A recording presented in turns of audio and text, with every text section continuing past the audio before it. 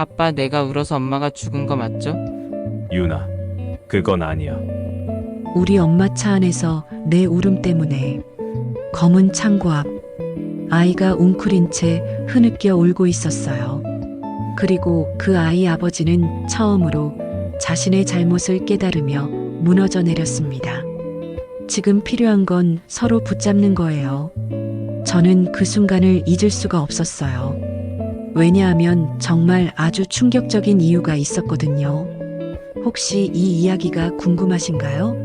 이 세 사람이 어떻게 만났고 왜 그런 비극이 발생했는지, 그리고 국화향이라는 냄새 하나가 어떻게 상처 입은 영혼들을 감싸안게 됐는지 말씀드릴게요. 지금 구독과 좋아요를 눌러주시면 이 이야기의 모든 순간을 놓치지 않으실 수 있습니다. 그럼 이제 모든 게 시작된 그날 밤으로 함께 돌아가 볼까요? 저녁시장 입구에서 국화차를 판매하던 그날, 낯선 아이가 제 손을 꽉 붙잡으며 한 말이 지금도 자꾸 떠올라요. 누나, 여기서 엄마 냄새가 나요. 겨울밤은 유독 길었습니다. 저는 시장 입구의 작은 테이블 앞에 앉아 국화차를 준비하고 있었어요. 손가락이 시려울 정도의 추위였지만 이미 익숙해진 감각이었습니다. 야간 편의점 일을 마치고 나와서 이곳에서 차를 판매하는 게 제 일상이었으니까요. 내가 19살이라는 나이를 생각하면 좀 웃긴 일이긴 해요. 보통 19살이면 뭔가 꿈을 꾸거나 친구들과 시간을 보내거나 대학 준비로 바쁠 나이 아니겠어요. 하지만 저는 그럴 여유가 없었습니다. 할머니와 함께 시내 외곽의 작은 월세방에서 살고 있었거든요. 할머니는 예전에는 건강하셨다고 하는데 요즘엔 병원비가 자주 들었어요. 그리고 저희 집은 항상 돈이 모자랐습니다. 너는 어떻게 이렇게 빨리 자라났니? 할머니가 가끔 그런 말씀을 하셨어요. 제가 어릴 때부터 엄마를 잃었거든요. 엄마는 제가 아주 어릴 때 그냥 떠나가 버렸어요. 언제 떠났는지, 왜 떠났는지, 지금은 어디에 있는지 저는 아무것도 몰라요.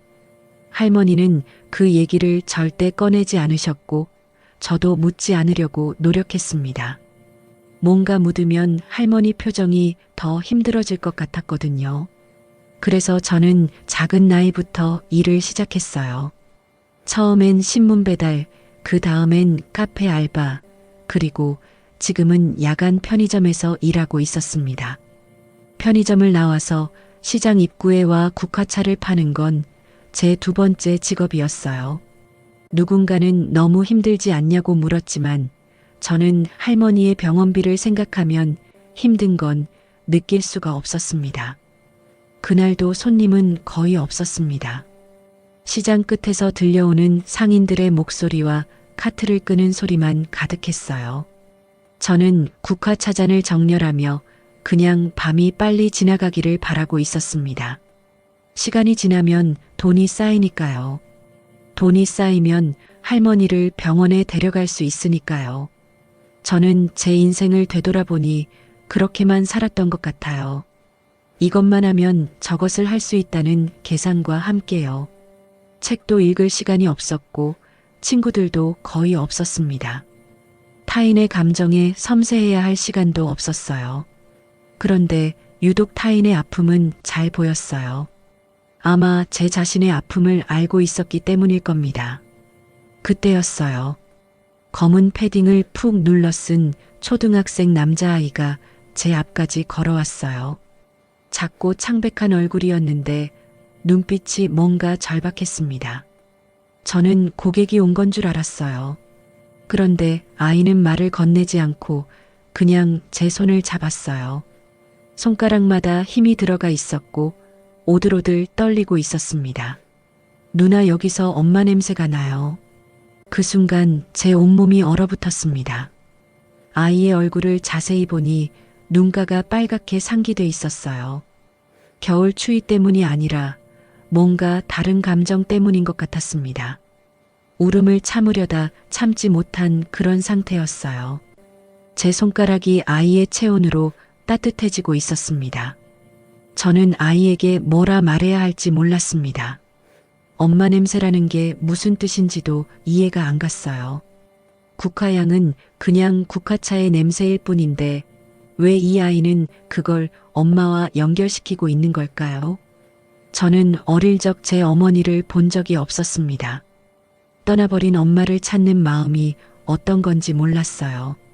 하지만 이 아이의 절박함은 제가 깊이 있게 느낄 수 있었습니다. 제 자신의 상처가 이 아이의 상처와 겹쳐졌기 때문일 거예요. 아이를 찾아온 것 같은데 혹시 누구세요? 저는 조심스레 아이의 손을 잡아주며 다른 쪽 손으로 아이의 어깨를 잡아주려고 했어요. 그때였습니다. 뒤에서 급한 발걸음이 들렸거든요.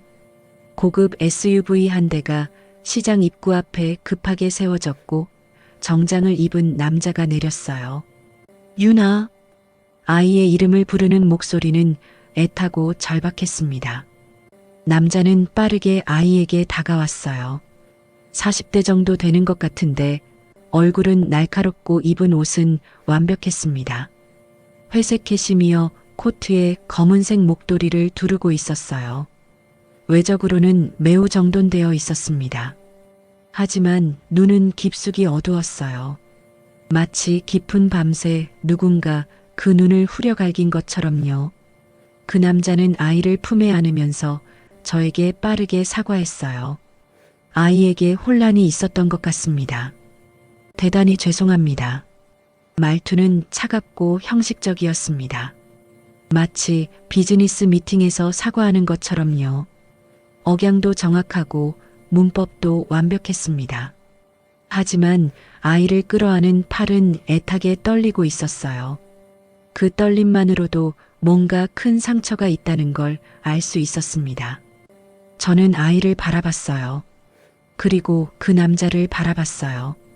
그 순간 이상한 생각이 들었습니다. 이 부자는 외적으로는 완벽해 보이지만 내면은 뭔가 깊숙이 무너져 있는 건 아닐까요?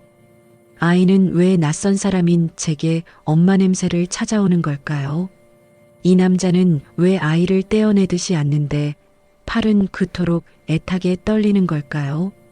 그 순간들이 제 마음 한 구석을 파고들었어요. 저도 엄마를 잃었으니까요.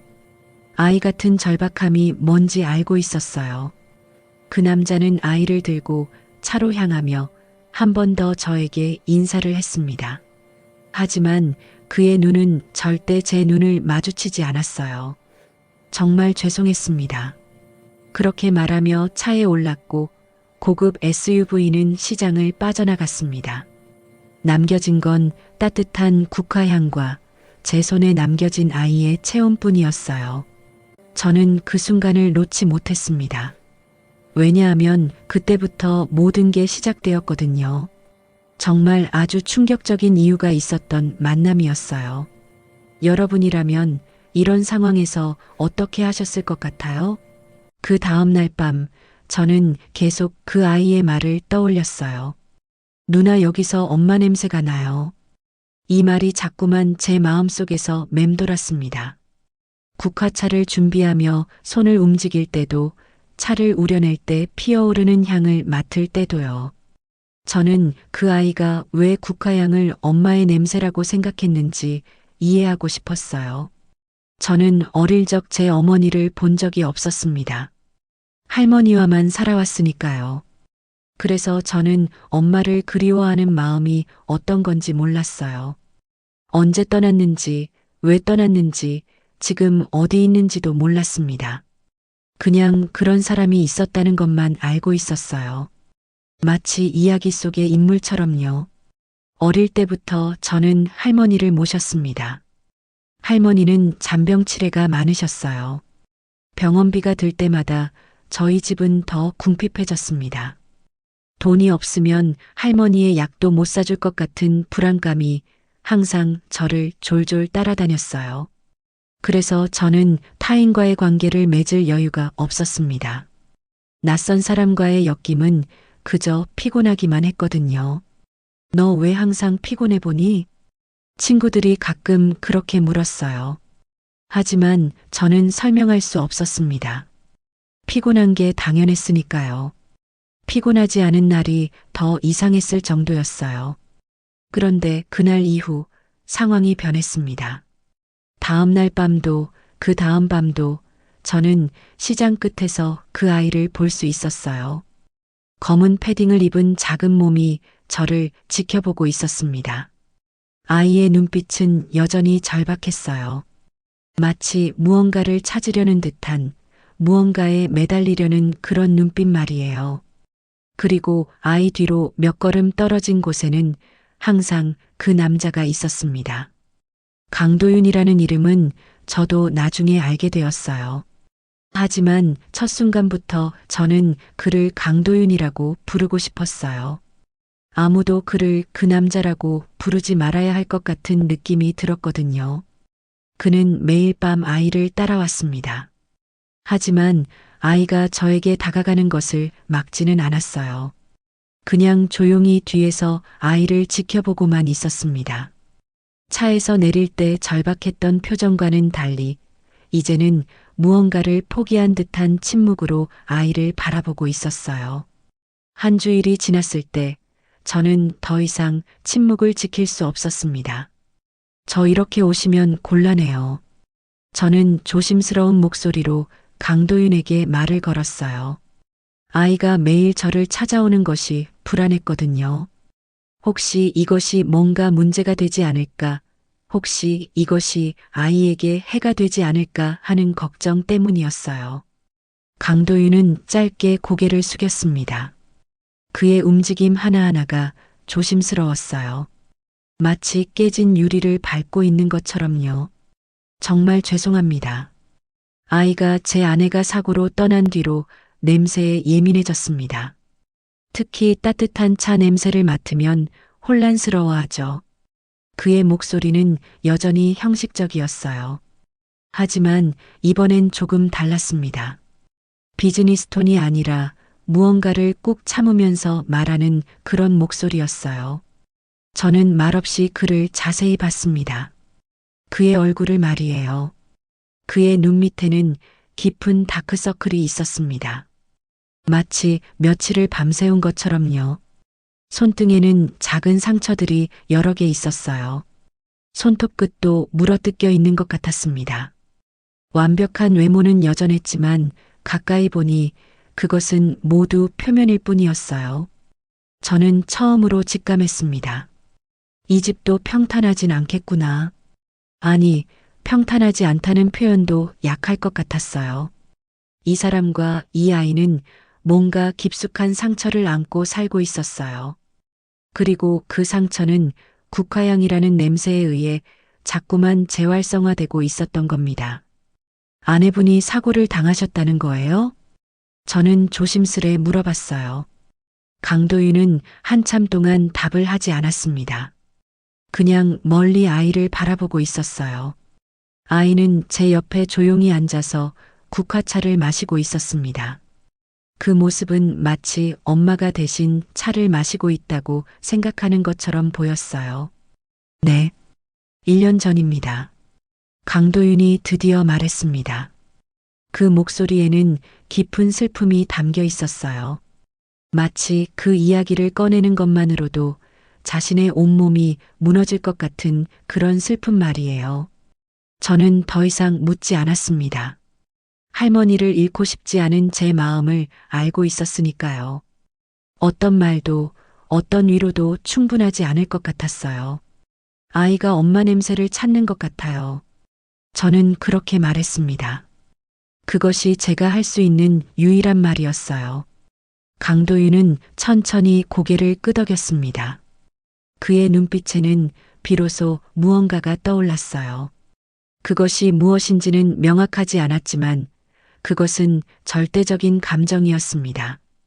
죄책감인지 후회인지 아니면 그런 모든 것을 넘어선 절망인지 말이에요. 제가 차 냄새를 금지했었어요.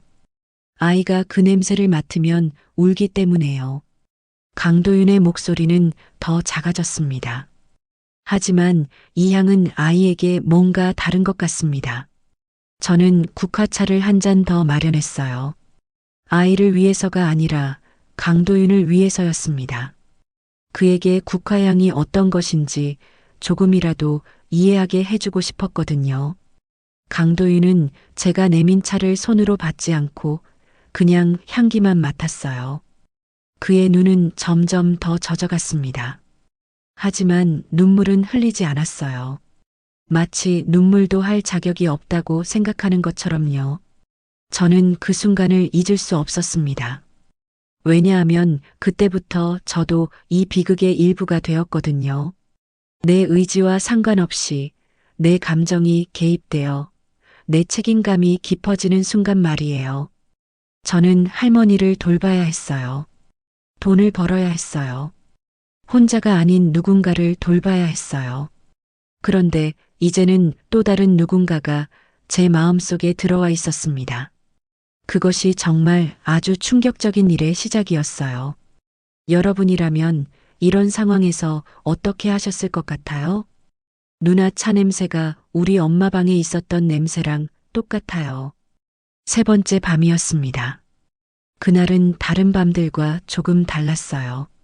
아이가 처음으로 감정을 터뜨렸거든요. 그동안 아이는 조용히 저의 옆에 앉아서 국화차를 마셨습니다. 말도 많지 않고 울음도 터뜨리지 않으면서. 하지만 그날은 달랐어요. 아이의 입술이 떨리기 시작했습니다. 저는 아이가 우는 것을 본 적이 있었어요. 그 첫날 밤에 손을 잡았을 때도 그 아이는 울고 있었습니다. 하지만 그때의 울음과 지금의 울음은 다른 종류였어요. 그때는 절박한 울음이었다면 지금은 깊숙한 곳에서 올라오는 슬픔이었습니다. 마치 오랫동안 참아왔던 눈물이 한꺼번에 터져 나오는 것처럼요. 아이는 차 냄새를 맡으며 천천히 말했어요. 누나 차 냄새가 우리 엄마 방에 있었던 냄새랑 똑같아요. 제 손이 자동으로 움직였습니다. 아이의 어깨를 감싸주고 싶었거든요. 하지만 저는 너무 조심스러워서 손을 떠올리지 못했어요. 대신 제가 한 말은 이것이었습니다. 이건 그냥 국화차야. 아마 너희 엄마도 좋아하셨나 보네. 그것이 제가 할 수 있는 가장 따뜻한 말이었어요. 아이의 엄마를 긍정하고 그 엄마가 분명히 존재했다는 것을 확인해주고 싶었으니까요. 하지만 아이의 다음 말은 제 마음을 찢었습니다. 아빠는 엄마 얘기하면 화내요. 그래서 차 냄새도 금지해요. 그 짧은 말 속에 어떤 세계가 담겨 있는지 저는 알 수 있었어요. 아이는 엄마를 그리워하지만 엄마를 그리워하는 것 자체가 죄책감이었어요. 왜냐하면 아빠가 화내니까요. 그리고 아이는 차 냄새를 맡고 싶지만 차 냄새를 맡을 수도 없어요. 왜냐하면 그것도 금지되었거든요. 제 가슴이 철렁했어요. 저도 그런 감정을 알았거든요.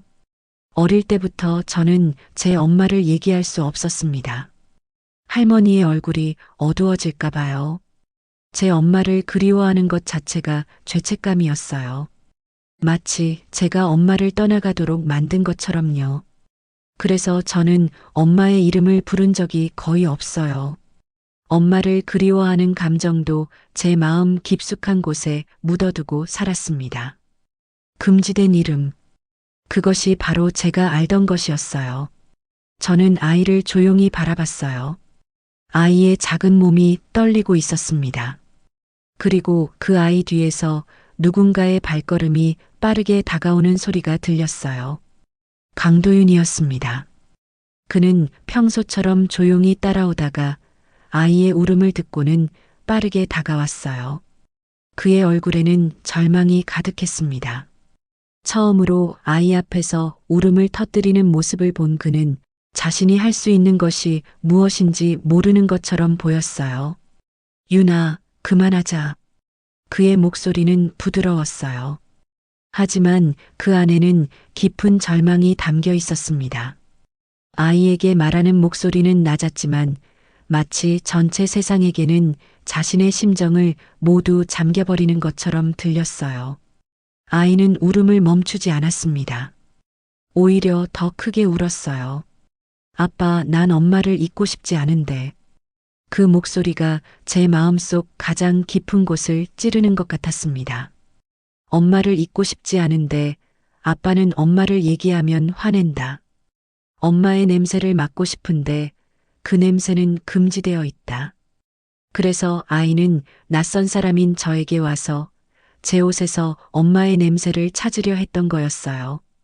제가 판매하는 국화차 향에서 엄마의 방의 냄새를 찾으려 했던 거였어요. 제가 이해하게 되었습니다.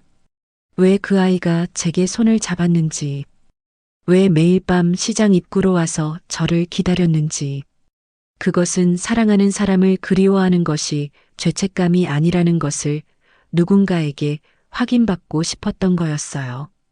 강도윤은 아이를 안으려고 했어요. 하지만 아이는 강도윤의 품을 피했습니다. 왜냐하면 강도윤도 아이에게는 복잡했거든요.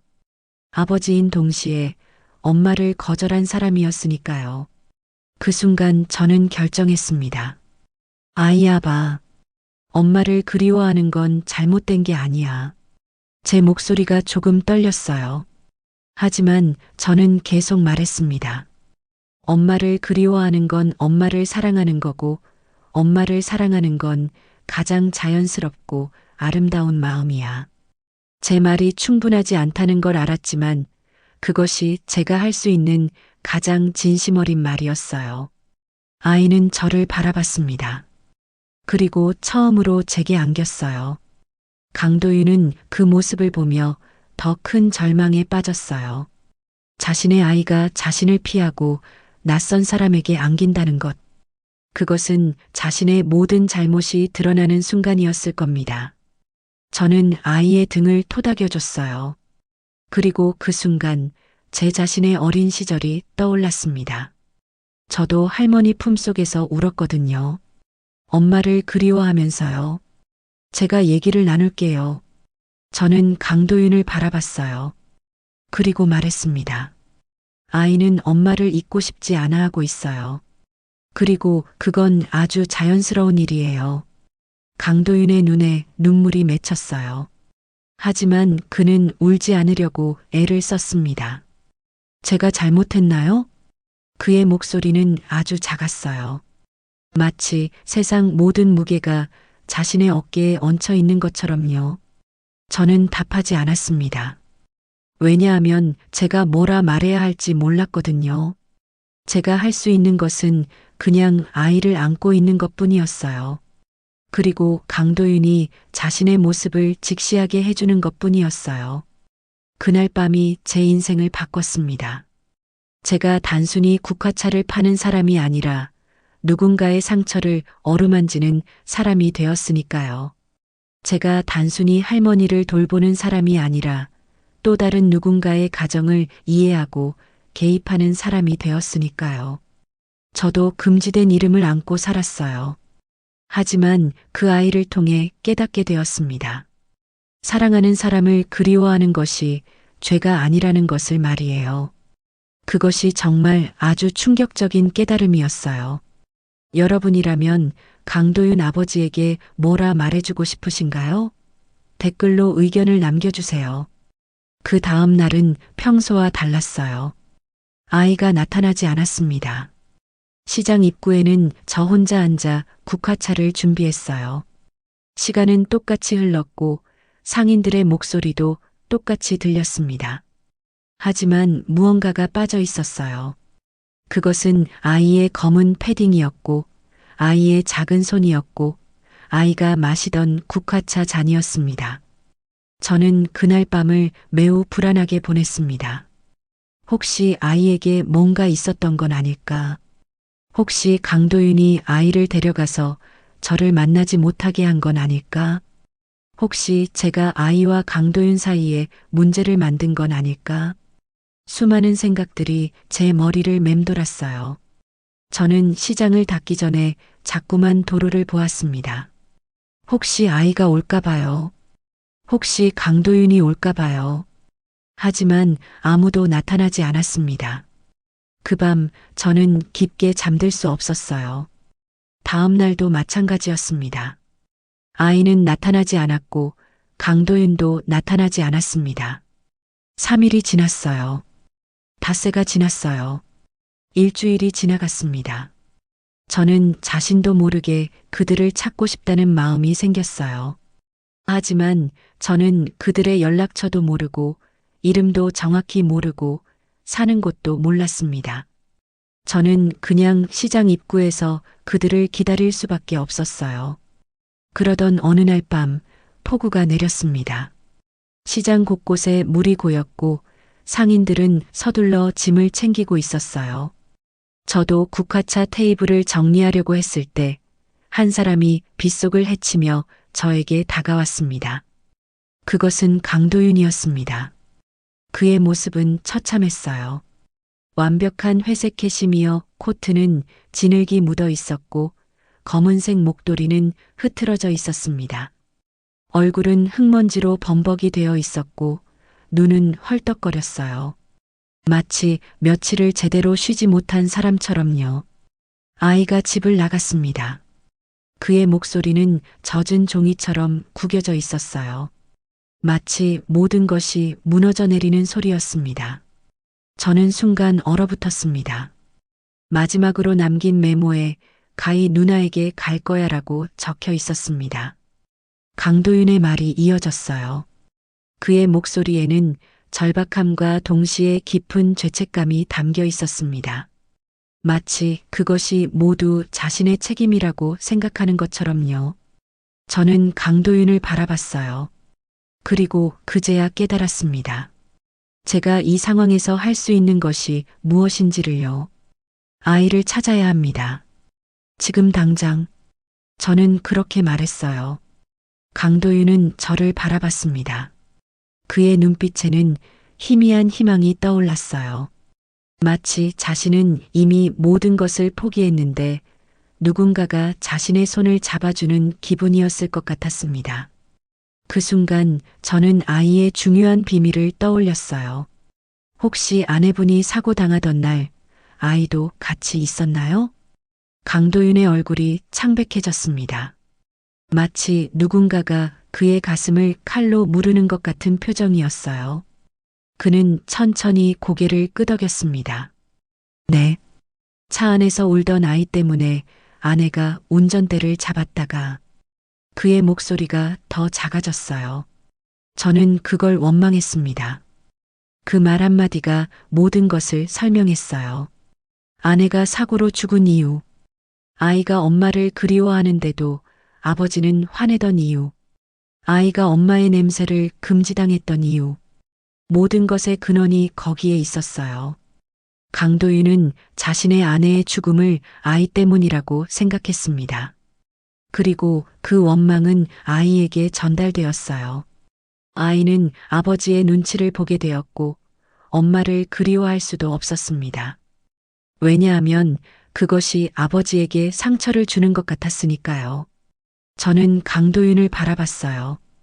그리고 처음으로 그에 대한 동정을 넘어 화가 났습니다. 당신은 아이에게 죄책감을 씌웠어요. 아이는 엄마를 그리워할 권리가 있습니다. 아이는 엄마를 사랑할 권리가 있습니다. 하지만 당신은 그 권리를 빼앗았어요. 물론 저는 그 말을 입 밖으로 꺼내지 않았습니다. 지금 중요한 것은 그런 것이 아니었으니까요. 지금 중요한 것은 아이를 찾는 것이었어요. 저는 빠르게 생각했습니다. 아이가 저를 찾으려고 나간 거라면 어디로 갔을까요? 시장인가요? 아니면 어딘가 다른 곳인가요? 그때 저는 아이가 매일 밤 저를 찾아왔던 것을 기억했어요. 그것은 단순한 우연이 아니라 의도적인 방문이었어요. 아이는 자신의 일상 속에서 저를 정해진 시간, 정해진 장소에서 만나고 싶었던 거였어요. 하지만 저는 그 아이와 아버지를 다시 만난 곳이 어디인지 정확히 알고 있었습니다. 아이는 어딘가 낡은 곳으로 갔을 겁니다. 자신의 기억 속 어딘가로요. 저는 강도윤에게 말했어요. 아내분이 돌아가시기 전에 자주 가던 곳이 있었나요? 강도윤은 한참을 생각했어요. 그리고 천천히 대답했습니다. 시장 뒤에 오래된 창고.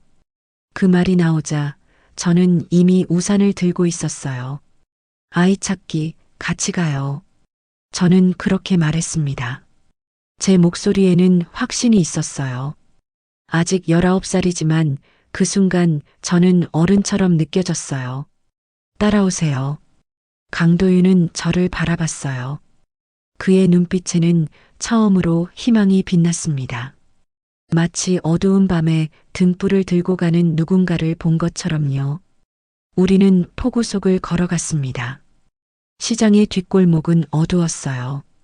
가로등의 불빛도 거의 없었고 빗소리만 크게 들렸습니다. 강도윤은 저를 따라갔어요.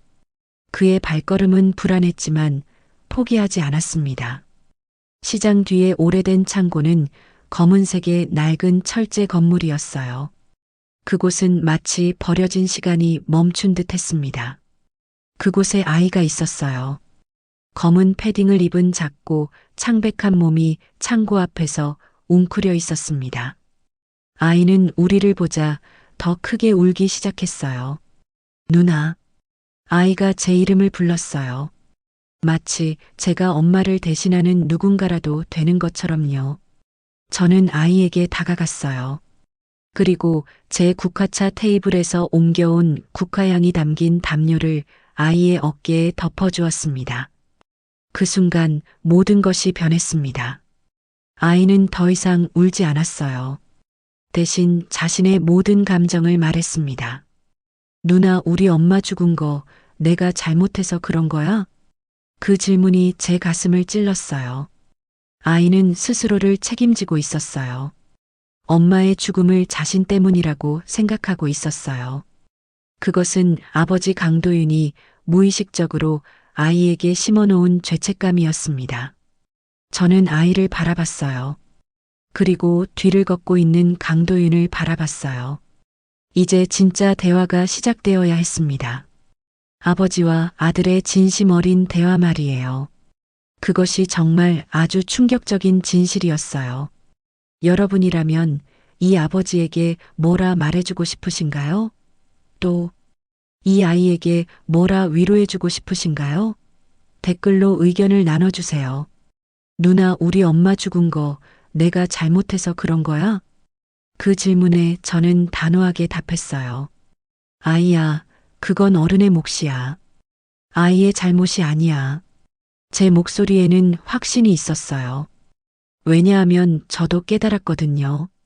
제가 어릴 때부터 안고 있던 죄책감은 사실 누군가 다른 사람이 제게 심어놓은 것이었다는 것을요. 아이를 바라보는 제 눈빛이 바뀌었어요.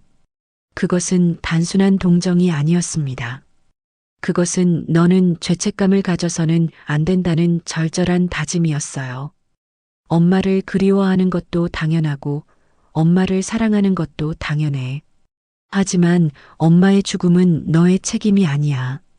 저는 아이의 손을 잡았어요. 그리고 그 손을 천천히 강도윤의 손 위에 올려놨습니다. 그 순간이었어요. 강도윤이 무너져 내렸습니다. 그의 울음은 처음이 아니었어요. 아니, 처음 울음이었어요. 1년 동안 한 번도 울지 않았던 그 남자가 비로소 눈물을 흘렸습니다. 그의 울음은 단순한 울음이 아니었어요. 그것은 1년간 쌓인 죄책감이 한꺼번에 터져나오는 소리였습니다. 아내를 잃은 슬픔, 아이를 상처 주었다는 절망, 그리고 자신이 원망했던 모든 것에 대한 후회. 그 모든 감정이 한 사람의 울음에 담겨 나왔어요. 강도윤은 아이를 안았습니다. 하지만 이번에는 아이를 떼어내듯이 안지 않았어요. 아이를 품에 안고 함께 울었습니다. 아버지와 아들이 처음으로 같은 슬픔을 나누는 순간이었어요. 저는 두 사람을 조용히 바라봤습니다. 이것이 제가 할 수 있는 모든 것이라고 생각했어요. 두 사람이 울도록 놔두는 것, 두 사람이 감정을 표출하도록 허락하는 것, 그것만으로도 충분하다고 생각했습니다. 아이의 울음이 점점 작아졌어요. 그리고 강도윤의 울음도 천천히 그쳐갔습니다. 비는 여전히 내리고 있었습니다. 하지만 그 비의 강도는 예전만큼 심하지 않았어요. 마치 모든 것이 정화되는 것처럼 비가 조금씩 그쳐가고 있었습니다. 지금 필요한 건 서로 붙잡는 거예요. 저는 두 사람을 바라보며 말했습니다. 엄마를 그리워하는 것도 같이 해야 하고 엄마를 기억하는 것도 같이 해야 해요. 아버지와 아들이 함께 말이에요. 강도윤은 저를 바라봤어요. 그의 눈빛에는 처음으로 무언가가 바뀌었습니다.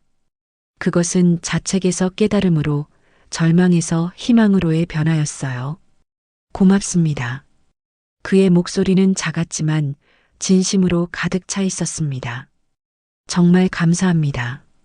아이도 저를 바라봤어요. 아이의 눈빛도 바뀌었습니다. 그것은 죄책감의 무거움에서 해방되는 느낌이었어요. 누나 고마워요. 그 한마디에 제 눈도 젖어갔습니다.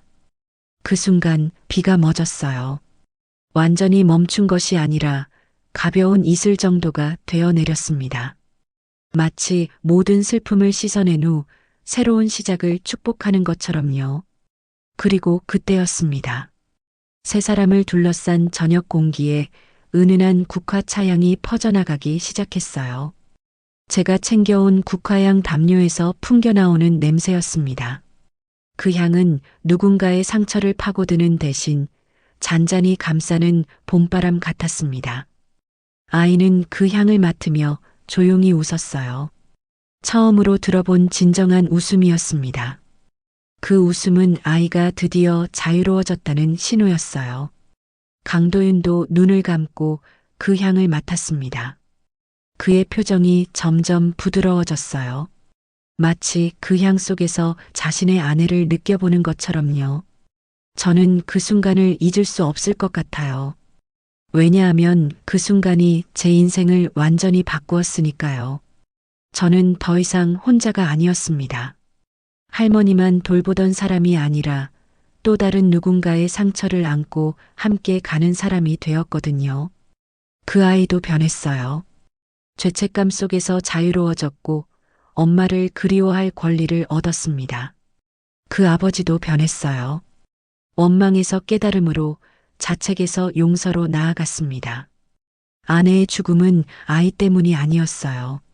그것은 그냥 불운한 사건이었습니다.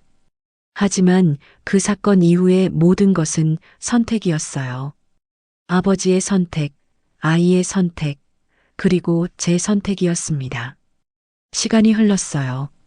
그 이후 아이는 제 옆에서 국화차를 마시며 엄마 이야기를 했습니다. 엄마가 했던 말, 엄마가 좋아하던 것, 엄마와의 추억, 모든 것을 말했어요. 그리고 강도윤은 옆에서 그 이야기를 들었습니다. 처음으로 아이가 엄마 이야기를 하는 것을 허락했어요. 그리고 자신도 엄마 이야기를 시작했습니다. 시장 입구의 작은 국화차 테이블에서 세 사람은 함께 엄마를 그리워했습니다. 그것이 정말 아주 충격적인 변화였어요.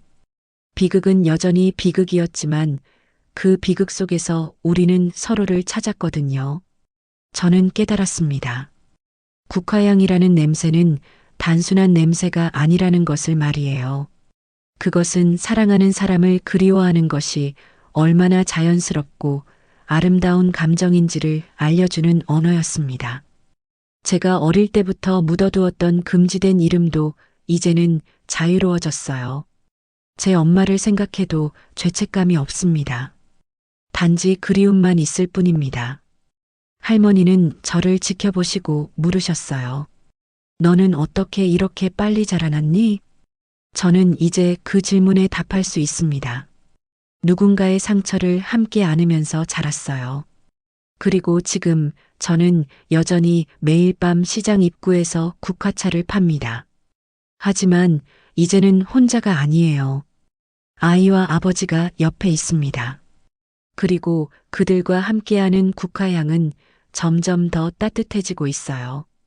이 이야기를 듣고 계신 여러분들도 혹시 금지된 이름을 안고 계세요? 혹은 누군가를 죄책감 속에 가두고 계세요? 혹은 사랑하는 사람을 그리워하는 것이 죄라고 생각하세요? 그렇다면 말씀드리고 싶어요. 그것은 죄가 아니에요. 그것은 사랑이에요. 그 사랑을 놓아주세요. 그리고 서로를 붙잡으세요. 지금 필요한 건 서로 붙잡는 거예요. 여러분이 공감하신 부분, 가슴 아팠던 부분, 그리고 희망을 느낀 부분을 댓글로 나눠주세요. 여러분의 이야기도 듣고 싶어요. 여러분의 금지된 이름이 자유로워지길 진심으로 응원합니다. 국화향을 맡을 때마다 이 이야기를 기억해 주세요. 누군가를 그리워하는 것은 죄가 아니라 가장 자연스럽고 아름다운 마음이라는 것을 말이에요. 구독해 주시고 다음 이야기도 함께 나눠요. 감사합니다.